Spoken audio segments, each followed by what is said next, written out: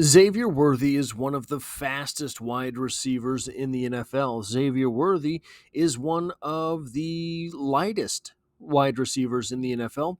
Xavier Worthy is kind of still one of the youngest wide receivers in the NFL. Xavier Worthy is one of the most underrated wide receivers in the NFL. Well, we do have an article suggesting just that. From Bleacher Report by Alex K, we have an article titled Ranking Most Underrated Receivers in the NFL Ahead of the 2025 Season. This is the intro to that article. Wide receivers are dominating the NFL in the modern era like never before. With rule changes that limit downfield contact and protect them from vicious hits, this is very important for Xavier Worthy, by the way. These pass catchers are being utilized in more dynamic and creative ways every season. While few would doubt the impact a quality receiver has, the sheer number of them teams tend to keep at least 5 on their active roster, coupled with the versatility of the position, makes it understandable that some great players end up flying under the radar. With that in mind, let's highlight 6 of the league's most underrated wideouts heading into the 2025 season and rank them using a combination of past performance and projections for the upcoming campaign. Very important there. They are ranking these wide receivers based on past performance and projections of the upcoming campaign, which brings us to number 4 on their list, Xavier Worthy, obviously, of the Kansas City Chiefs. During day 1 of the 2024 draft, the Kansas City Chiefs pulled off one of the event's shrewdest maneuvers by trading up to number 28 to secure speedster Xavier Worthy. By trading with the Buffalo Bills for that draft slot, the back-to-back Super Bowl champions not only added a much-needed burner for the receiver room, but also denied their biggest in-conference threat a chance to land the talented Texas product. The move began paying dividends quickly during a season in which top wideouts Rashee Rice and Marquise Brown both missed large swaths of time with injury. While Worthy took some time to get adjusted to the professional game, he finished his notable rookie campaign by playing in all 17 games and putting up 638 yards and a team-high 6 touchdowns on 59 catches. Not to mention, and this is very important, all of the rushing yards, all of the rushing touchdowns. This, in my opinion, is going to go a very long way towards making Xavier Worthy underrated in his sophomore campaign. Not everyone is taking into account the threat that Xavier Worthy poses on the ground. Worthy's numbers could have been far more impressive had he seen a larger workload early in the year. Very difficult to uptake Andy Reid's offense. The dynamic wideouts only saw 75% or more of Kansas City's offensive snaps once between weeks 1 and 13, before going on to average 82.1 snaps, an 82.1 snap share in the team's last remaining 4 meaningful contests in weeks 14 through 17. Justin Watson got a lot of those snaps. We saw a couple weeks ago, I made a video. The game, I think, who was it again? I can't remember who it was against. The Saints, maybe, where Juju Smith-Schuster went off for 130 yards. Justin Watson played like 70 snaps in that game, 65 snaps in that game, 0 touches. 0. None.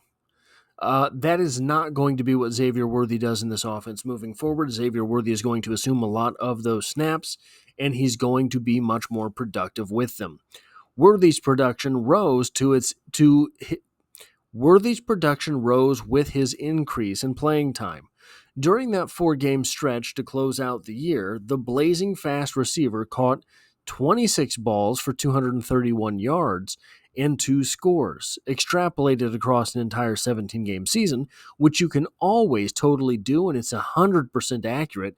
That production would have resulted in 111 receptions for 982 yards and 9 touchdowns.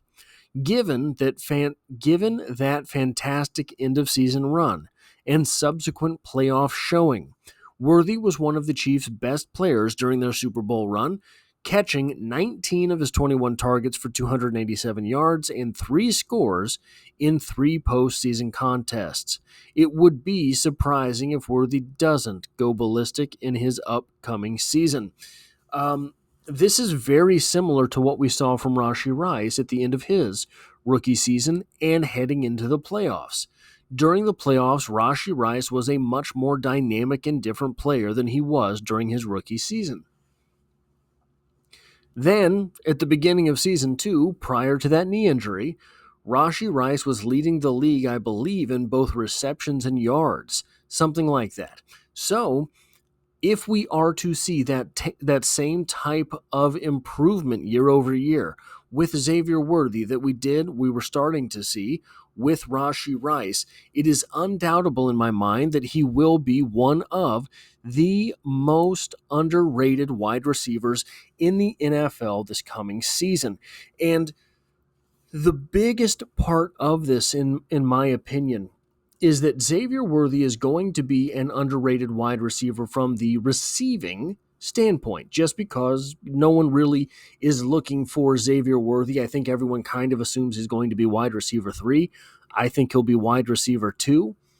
But after that, he's going to be on the receiving end of handoffs during his sophomore campaign, probably more so than he was last year, because you're going to have Rashee Rice back. Rashee Rice does not run the football. You have Hollywood Brown at wide receiver. Hollywood Brown doesn't need to be running the football. You have Jalen Royals at wide receiver. Jalen Royals can run the football a little bit. I don't think he's going to be asked to as a rookie. But the real way that I think Xavier Worthy is going to be underrated in this 2025 season is from the standpoint of how does he impact the defense? Not how does he do on offense, how does he impact the defense? Prior to the snap of the ball, the defense is going to have to account for him. On the snap of the ball, someone, somewhere on that defense is going to have to be backpedaling. Because you don't know if Xavier Worthy is just going to take a seam route and turn you around. This seems silly to talk about. Oh, don't talk about he might go over 1,000 yards. Don't talk about the fact that he's going to have 6 touches per game from the backfield. Probably not that. Probably 3 touches per game from the backfield. Talk about how the defense looks at him. Well, guys, it's going to be kind of a big deal. Why?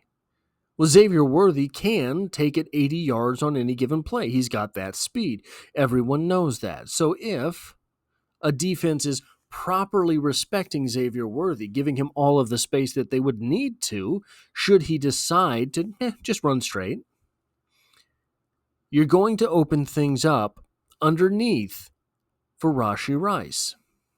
Last year, Xavier Worthy hadn't even proven what he could do on a football field, and it still started opening things up for Rashee Rice.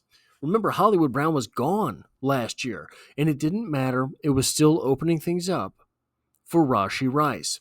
So it is, in my opinion, very, very understandable to make the assumption that here in his second year, especially after that Super Bowl performance, there's going to be a lot more teams who look at Xavier Worthy and say, okay, we just have to have someone over the top, which means that someone will not be in the box, which means Rashee Rice and Travis Kelce are more likely to get a free release.